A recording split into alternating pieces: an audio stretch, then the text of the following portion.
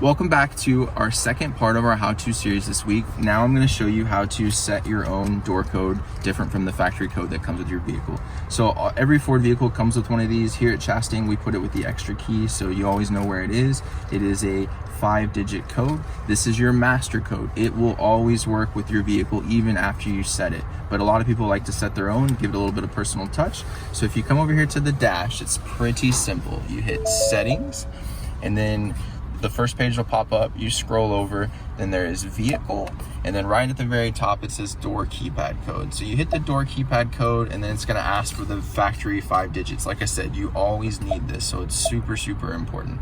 You put the code in just like that, you hit enter, and then it's gonna pop up. How would you like to edit your door keypad code? You can add or erase. So in this instance, we're gonna add, and then again, 5-digit code. So just for test purposes, 1, 2, 3, 4, 5, and then give it a few seconds, touch the bottom just in case it doesn't move over, and then 1, 2, 3, 4, 5, and then you hit enter, and it automatically saves your code, and then you can walk over to the door and try and use it.